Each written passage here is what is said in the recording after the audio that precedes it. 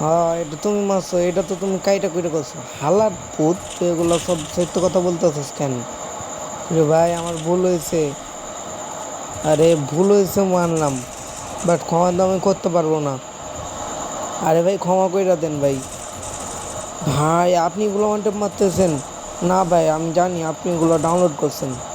হালার পুত, এগুলো আমি নিজে বানাইছি, নিজে কত কষ্ট কইরা মানুষের ইউটিউব থেকে দেখা ডাউনলোড করে বানাইছি। না ভাই, তুমি এগুলো বানানো নাই।